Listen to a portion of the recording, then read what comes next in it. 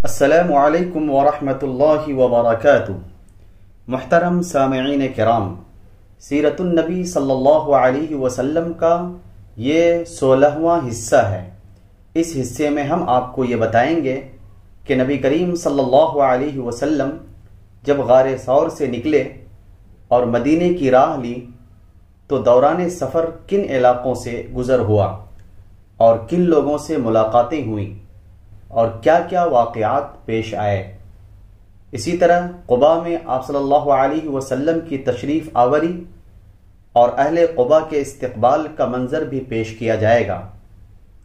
پھر قباء سے مدینے میں داخلے کا خوبصورت منظر اور اہل مدینہ کی حد درجہ تکریم و تعظیم کا نقشہ بھی پیش کیا جائے گا انشاءاللہ۔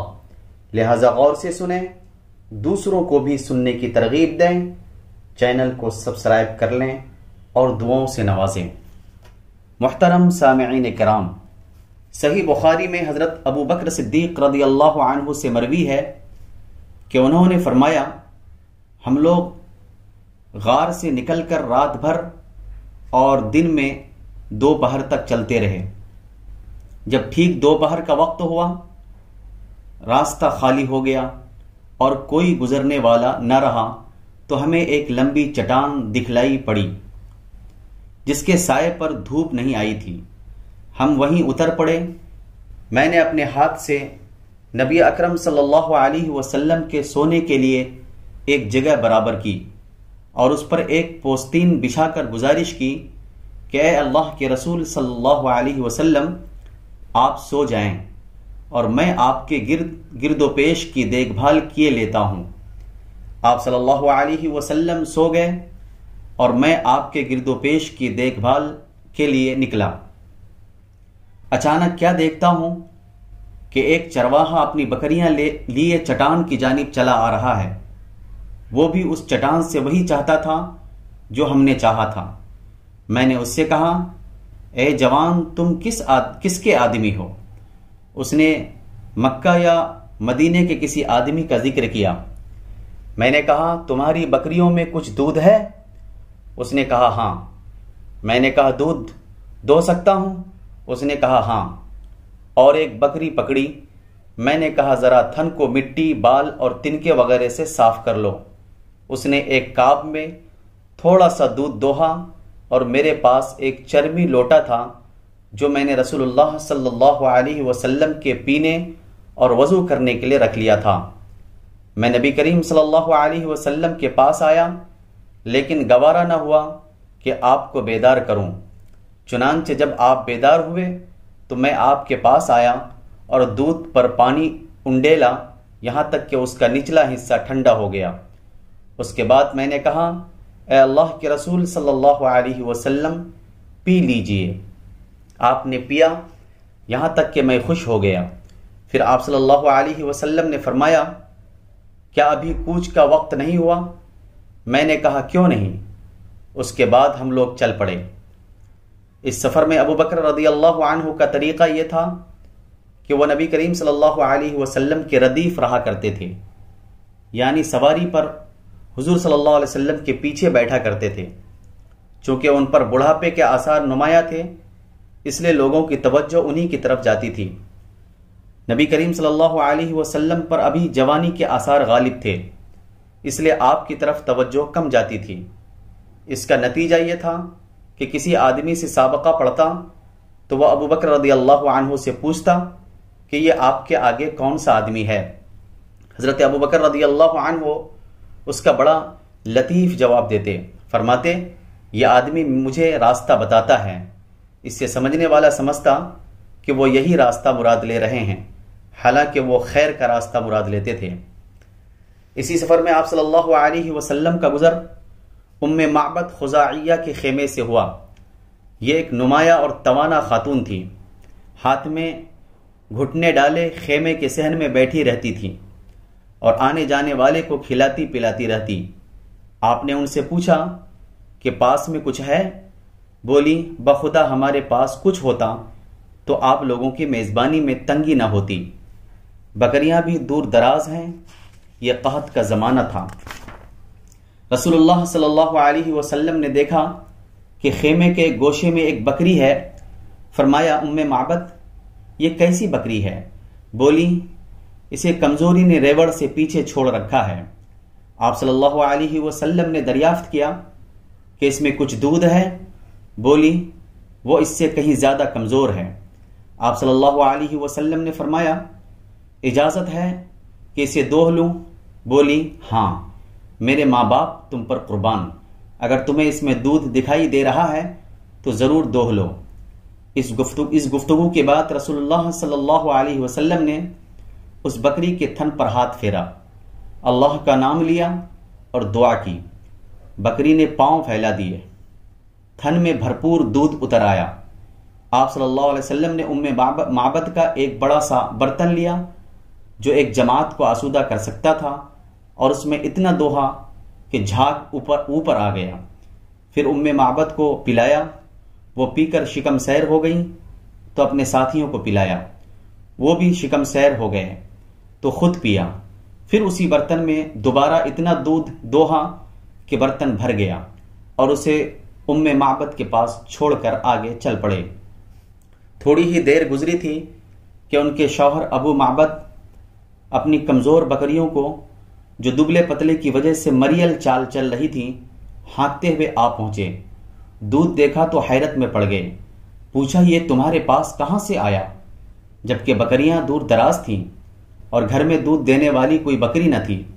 بولی بخدا کوئی بات نہیں، سوائے اس کے کہ ہمارے پاس سے ایک بابرکت آدمی گزرا جس کی ایسی اور ایسی بات تھی اور یہ حال تھا۔ ابو معبد نے کہا یہ تو وہی صاحب قریش معلوم ہوتا ہے جسے قریش تلاش کر رہے ہیں۔ اچھا ذرا اس کی کیفیت تو بیان کرو۔ اس پر ام معبد نے نہایت دلکش انداز میں آپ صلی اللہ علیہ وسلم کے اوصاف و کمالات کا ایسا نقشہ کھینچا کہ گویا سننے والا آپ کو اپنے سامنے دیکھ رہا ہے۔ کتاب کے اور بیان کے اخیر میں انشاءاللہ یہ اوصاف درج کیے جائیں گے اور سنائے جائیں گے۔ یہ اوصاف سن کر ابو معبد نے کہا واللہ یہ تو وہی صاحب قریش ہے جس کے بارے میں لوگوں نے قسم قسم کی باتیں بیان کی ہیں۔ میرا ارادہ ہے کہ آپ صلی اللہ علیہ وسلم کی رفاقت اختیار کروں، اور کوئی راستہ ملا تو ایسا ضرور کروں گا۔ ادھر مکے میں ایک آواز ابھری جسے لوگ سن رہے تھے مگر اس کا بولنے والا دکھائی نہیں پڑ رہا تھا۔ آواز یہ تھی جزا اللہ رب العرش خیر جزائہ رفیقین حل خیمتی ام معبدی ہما نزلا بالبر وارتحلا به وافلح من امسى رفیق محمدی فیا لقصی ما زوى اللہ عنکم به من فعال لا يحازى وسؤددی لیہن بنی کعب مکان فتاتهم ومقعدها للمؤمنین بمرصدی سلوا اختکم عن شأتها وإنائها فإنکم ان تسألوا الشاة تشہدی۔ ترجمہ سنیں۔ اللہ رب العرش ان دونوں رفیقوں کو بہترین جزا دے جو ام معبد کے خیمے میں نازل ہوئے۔ وہ دونوں خیر کے ساتھ اترے اور خیر کے ساتھ روانہ ہوئے، اور جو محمد صلی اللہ علیہ وسلم کا رفیق ہوا وہ کامیاب ہوا۔ ہائے قصے، اللہ نے اس کے ساتھ کتنے بے نظیر کارنامے اور سرداریاں تم سے سمیٹ لیں۔ بنو کعب کو ان کی خاتون کی قیام گاہ اور مومنین کی نگہداشت کا پڑاؤ مبارک ہو۔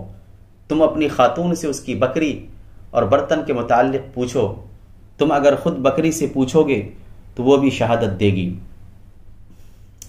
حضرت اسما رضی اللہ عنہا کہتی ہیں ہمیں معلوم نہ تھا کہ رسول اللہ صلی اللہ علیہ وسلم نے کدھر کا رخ فرمایا ہے کہ ایک جن زیری مکہ سے یہ اشعار پڑھتا ہوا آیا۔ لوگ اس کے پیچھے پیچھے چل رہے تھے، اس کی آواز سن رہے تھے لیکن خود اسے دیکھ نہیں رہے تھے، یہاں تک کہ وہ بالائی مکے سے نکل گیا۔ وہ کہتی ہیں کہ جب ہم نے اس کی بات سنی تو ہمیں معلوم ہوا کہ رسول اللہ صلی اللہ علیہ وسلم نے کدھر کا رخ فرمایا ہے، یعنی آپ صلی اللہ علیہ وسلم کا رخ مدینے کی جانب ہے۔ محترم سامعین کرام، راستے میں سراقہ بن مالک نے تعاقب کیا اور اس واقعے کو خود سراقہ نے بیان کیا ہے۔ وہ کہتے ہیں کہ میں اپنی قوم بنی مدلج کی ایک مجلس میں بیٹھا تھا کہ اتنے میں ایک آدمی آ کر ہمارے پاس کھڑا ہوا اور ہم بیٹھے تھے۔ اس نے کہا، اے سراقہ، میں نے ابھی ساحل کے پاس چند افراد دیکھے ہیں، میرا خیال ہے کہ یہ محمد صلی اللہ علیہ وسلم اور ان کے ساتھی ہیں۔ سراقہ کہتے ہیں کہ میں سمجھ گیا کہ وہی لوگ ہیں، لیکن میں نے اس آدمی سے کہا کہ یہ وہ لوگ نہیں ہیں، بلکہ تم نے فلاں اور فلاں کو دیکھا ہے جو ہماری آنکھوں کے سامنے گزر کر گئے ہیں۔ پھر میں مجلس میں کچھ دیر تک ٹھہرا رہا، اس کے بعد اٹھ کر اندر گیا اور اپنی لونڈی کو حکم دیا کہ وہ میرا گھوڑا نکالے اور ٹیلے کے پیچھے روک کر میرا انتظار کرے۔ ادھر میں نے اپنا نیزہ لیا اور گھر کے پچھواڑے سے باہر نکلا۔ لاٹھی کا ایک سرا زمین پر گھسیٹ رہا تھا اور دوسرا اوپری سرا نیچے کر رکھا تھا۔ اس طرح میں اپنے گھوڑے کے پاس پہنچا اور اس پر سوار ہو گیا۔ میں نے دیکھا کہ وہ حسب معمول مجھے لے کر دوڑ رہا ہے، یہاں تک کہ میں ان کے قریب آ گیا۔ اس کے بعد گھوڑا مجھ سمیت پھسلا اور میں اس سے گر گیا۔ میں نے اٹھ کر ترکش کی طرف ہاتھ بڑھایا اور پانے کے تیر نکال کر یہ جاننا چاہا کہ میں انہیں ضرر پہنچا سکوں گا یا نہیں، تو وہ تیر نکلا جو مجھے ناپسند تھا، لیکن میں نے تیر کی نافرمانی کی اور گھوڑے پر سوار ہو گیا۔ وہ مجھے لے کر دوڑنے لگا، یہاں تک کہ جب میں رسول اللہ صلی اللہ علیہ وسلم کی قرأت سن رہا تھا اور آپ التفات نہیں فرماتے تھے، جبکہ ابو بکر رضی اللہ عنہ بار بار مڑ کر دیکھ رہے تھے، تو میرے گھوڑے کے اگلے دونوں پاؤں زمین میں دھس گئے، یہاں تک کہ گھٹنوں تک جا پہنچے اور میں اس سے گر گیا۔ پھر میں نے اسے ڈانٹا تو اس نے اٹھنا چاہا، لیکن وہ اپنے پاؤں بمشکل نکال سکا۔ بہرحال جب وہ سیدھا کھڑا ہوا تو اس کے پاؤں کے نشان سے آسمان کی طرف دھوئیں جیسا غبار اڑ رہا تھا۔ میں نے پھر پانے کے تیر سے قسمت معلوم کی اور پھر وہی تیر نکلا جو مجھے ناپسند تھا۔ اس کے بعد میں نے امان کے ساتھ انہیں پکارا تو وہ لوگ ٹھہر گئے اور میں اپنے گھوڑے پر سوار ہو کر ان کے پاس پہنچا۔ جس وقت میں ان سے روک دیا گیا تھا، اسی وقت میرے دل میں یہ بات بیٹھ گئی تھی کہ رسول اللہ صلی اللہ علیہ وسلم کا معاملہ غالب آ کر رہے گا۔ چنانچہ میں نے آپ صلی اللہ علیہ وسلم سے کہا کہ آپ کی قوم نے آپ کے بدلے دیت یعنی انعام رکھا ہے، اور ساتھ ہی میں نے لوگوں کے عزائم سے آپ صلی اللہ علیہ وسلم کو آگاہ کیا اور توشہ اور ساز و سامان کی بھی پیشکش کی، مگر انہوں نے میرا کوئی سامان نہیں لیا اور نہ مجھ سے کوئی سوال کیا، صرف اتنا کہا کہ ہمارے متعلق رازداری برتنا۔ میں نے آپ صلی اللہ علیہ وسلم سے گزارش کی کہ آپ مجھے پروانہ امن لکھ دیں۔ آپ صلی اللہ علیہ وسلم نے عامر بن فہیرہ کو حکم دیا اور انہوں نے چمڑے کے ایک ٹکڑے پر لکھ کر میرے حوالے کر دیا۔ پھر رسول اللہ صلی اللہ علیہ وسلم آگے بڑھ گئے۔ اس واقعے سے متعلق خود ابو بکر رضی اللہ عنہ کی بھی ایک روایت ہے۔ ان کا بیان ہے کہ ہم لوگ روانہ ہوئے تو قوم ہماری تلاش میں تھی، مگر سراقہ بن مالک بن جوشم کے سوا جو اپنے گھوڑے پر آیا تھا اور کوئی ہمیں نہ پا سکا۔ میں نے کہا، اے اللہ کے رسول صلی اللہ علیہ وسلم، یہ پیچھا کرنے والا ہمیں آ لینا چاہتا ہے۔ آپ صلی اللہ علیہ وسلم نے فرمایا، لا تحزن ان اللہ معنا، غم نہ کرو، اللہ ہمارے ساتھ ہے۔ بہرحال سراقہ واپس ہوا تو دیکھا کہ لوگ تلاش میں سرگرداں ہیں۔ کہنے لگا، ادھر کی کھوج خبر لے چکا ہوں، یہاں تمہارا جو کام تھا وہ کیا جا چکا ہے۔ اس طرح لوگوں کو واپس لے گیا، یعنی دن کے شروع میں تو چڑھا آ رہا تھا اور آخر میں پاسبان بن گیا۔ راستے میں نبی کریم صلی اللہ علیہ وسلم کو بریدہ اسلمی ملے، یہ اپنی قوم کے سردار تھے اور قریش نے جس زبردست انعام کا اعلان کر رکھا تھا اسی کے لالچ میں نبی کریم صلی اللہ علیہ وسلم اور ابو بکر رضی اللہ عنہ کی تلاش میں نکلے تھے۔ لیکن جب رسول اللہ صلی اللہ علیہ وسلم سے سامنا ہوا اور بات چیت ہوئی تو نقد دل دے بیٹھے اور اپنی قوم کے 70 آدمیوں سمیت وہی مسلمان ہو گئے۔ پھر اپنی پگڑی اتار کر نیزے سے باندھ لی، جس کا سفید فریرہ ہوا میں لہراتا اور بشارت سناتا تھا کہ امن کا بادشاہ، صلح کا آدمی، دنیا کو عدالت و انصاف سے بھرپور کرنے والا تشریف لا رہا ہے۔ راستے میں نبی کریم صلی اللہ علیہ وسلم کو حضرت زبیر بن عوام رضی اللہ عنہ ملے۔ یہ مسلمانوں کے ایک تجارت پیشہ گروہ کے ساتھ ملک شام سے واپس آ رہے تھے۔ حضرت زبیر رضی اللہ عنہ نے رسول اللہ صلی اللہ علیہ وسلم اور حضرت ابوبکر رضی اللہ عنہ کو سفید پارچہ جات پیش کیے۔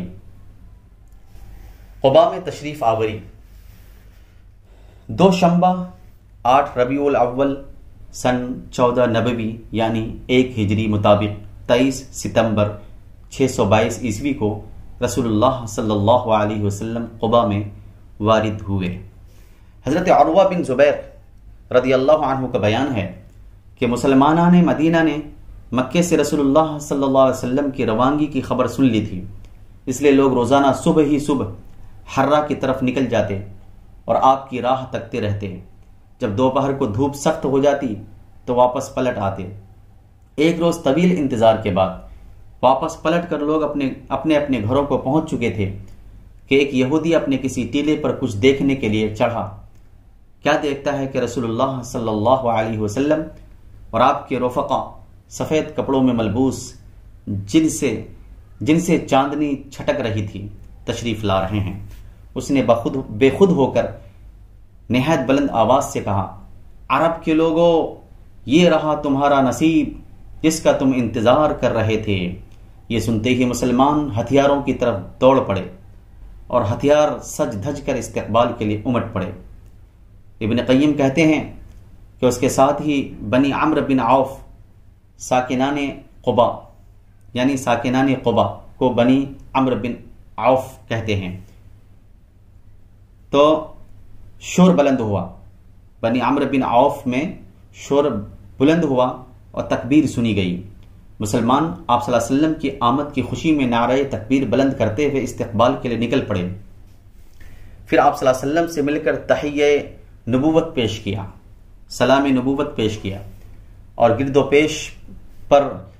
و پیش پروانوں کی طرح جمع ہو گئے۔ اس وقت آپ صلی اللہ علیہ وسلم پر سکینت چھائی ہوئی تھی اور یہ وحی نازل ہو رہی تھی۔ اعوذ باللہ من الشیطان الرجیم، بسم اللہ الرحمن الرحیم، فإن اللہ هو مولاه وجبریل وصالح المؤمنین والملائکة بعد ذلك ظہیر۔ اللہ آپ کا مولا ہے اور جبرائیل علیہ السلام اور صالح مومنین بھی، اور اس کے بعد فرشتے آپ صلی اللہ علیہ وسلم کے مددگار ہیں۔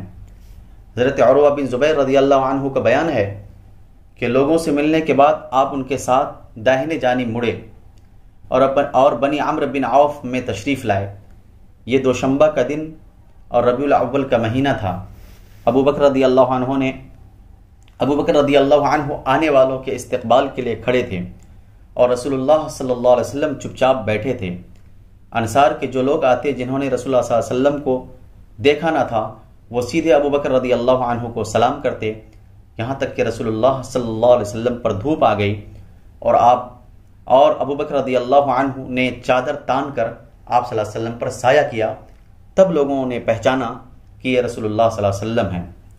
آپ صلی اللہ علیہ وسلم کے استقبال اور دیدار کے لیے سارا مدینہ امٹ پڑا تھا۔ یہ ایک تاریخی دن تھا جس کی نظیر سرزمین مدینہ نے کبھی نہ دیکھی تھی۔ آج یہود نے بھی حبقوق نبی کی اس بشارت کا مطلب دیکھ لیا تھا کہ اللہ جنوب سے اور وہ جو قدوس ہے کوہ فاران سے آیا۔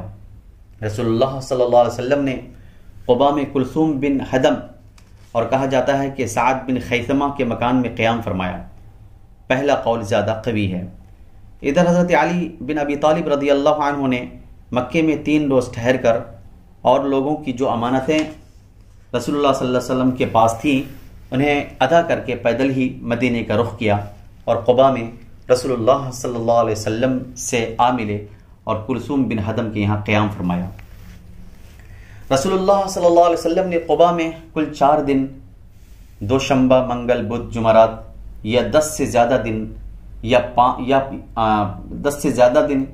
یا پہنچ اور روانگی کے علاوہ 24 دن قیام فرمایا اور اسی دوران مسجد قباء کی بنیاد رکھی اور اس میں نماز بھی پڑھی۔ یہ آپ صلی اللہ علیہ وسلم کی نبوت کے بعد پہلی مسجد ہے جس کی بنیاد تقوی پر رکھی گئی۔ 5ویں دن یا 12ویں دن یا 26ویں دن جمعہ کو آپ صلی اللہ علیہ وسلم حکم الہی کے مطابق سوار ہوئے۔ ابو بکر رضی اللہ عنہ آپ صلی اللہ علیہ وسلم کے ردیف تھے۔ آپ نے بنو النجار کو، جو آپ صلی اللہ علیہ وسلم کے ماموں کا قبیلہ تھا، اطلاع بھیج دی تھی، چنانچہ وہ تلوار حمائل کیے حاضر تھے۔ آپ صلی اللہ علیہ وسلم نے ان کی معیت میں مدینے کا رخ کیا۔ بنو سالم بن عوف کی آبادی میں پہنچے تو جمعہ کا وقت آ گیا۔ آپ صلی اللہ علیہ وسلم نے بطن وادی میں اس مقام پر جمعہ پڑھا جہاں اب مسجد ہے۔ کل 100 آدمی تھے۔ مدینے میں داخلے کا منظر۔ جمعہ کے بعد نبی کریم صلی اللہ علیہ وسلم مدینہ تشریف لے گئے، اور اسی دن سے اس شہر کا نام یثرب کے بجائے مدینۃ الرسول، شہر رسول صلی اللہ علیہ وسلم پڑ گیا، جسے مختصراً مدینہ کہا جاتا ہے۔ یہ نہایت تابناک تاریخی دن تھا۔ گلی کوچے تقدیس و تحمید کے کلمات سے گونج رہے تھے، اور انصار کی بچیاں خوشی و مسرت سے ان اشعار کے نغمے بکھیر رہی تھیں۔ طلع البدر علینا من ثنیات الوداع وجب الشکر علینا ما دعا للہ داع ایہا المبعوث فینا جئت بالامر المطاع۔ انصار اگرچہ بڑے دولت مند نہ تھے، لیکن ہر ایک کی یہی آرزو تھی کہ رسول اللہ صلی اللہ علیہ وسلم اس کے یہاں قیام فرمائیں۔ چنانچہ آپ صلی اللہ علیہ وسلم انصار کے جس مکان یا محلے سے گزرتے، وہاں کے لوگ آپ کی اونٹنی کی نکیل پکڑ لیتے اور عرض کرتے کہ تعداد و سامان اور ہتھیار و حفاظت فرش راہ ہیں، تشریف لائیے۔ مگر آپ صلی اللہ علیہ وسلم فرماتے کہ اونٹنی کی راہ چھوڑ دو، یہ اللہ کی طرف سے مامور ہے۔ چنانچہ اونٹنی مسلسل چلتی رہی اور اس مقام پر پہنچ کر بیٹھی جہاں آج مسجد نبوی ہے، لیکن آپ صلی اللہ علیہ وسلم نیچے نہیں اترے، یہاں تک کہ وہ اٹھ کر تھوڑی دور گئی، پھر مڑ کر دیکھنے کے بعد پلٹ آئی اور اپنی پہلی جگہ بیٹھ گئی۔ اس کے بعد آپ صلی اللہ علیہ وسلم نیچے تشریف لائے۔ یہ آپ صلی اللہ علیہ وسلم کے ننیحال والوں یعنی بنو نجار کا محلہ تھا، اور یہ اونٹنی کے لیے محض توفیق الہی تھی، کیونکہ آپ صلی اللہ علیہ وسلم ننیحال میں قیام فرما کر ان کی عزت افزائی کرنا چاہتے تھے۔ اب بنو نجار کے لوگوں نے اپنے اپنے گھر لے جانے کے لیے رسول اللہ صلی اللہ علیہ وسلم سے عرض معروض شروع کی، لیکن ابو ایوب انصاری رضی اللہ عنہ نے لپک کر کجاوا اٹھا لیا اور اپنے گھر لے کر چلے گئے۔ اس پر رسول اللہ صلی اللہ علیہ وسلم فرمانے لگے، آدمی اپنے کجاوے کے ساتھ ہے۔ ادھر حضرت اسعد بن زرارہ رضی اللہ عنہ نے آ کر اونٹنی کی نکیل پکڑ لی، چنانچہ یہ اونٹنی انہی کے پاس رہی۔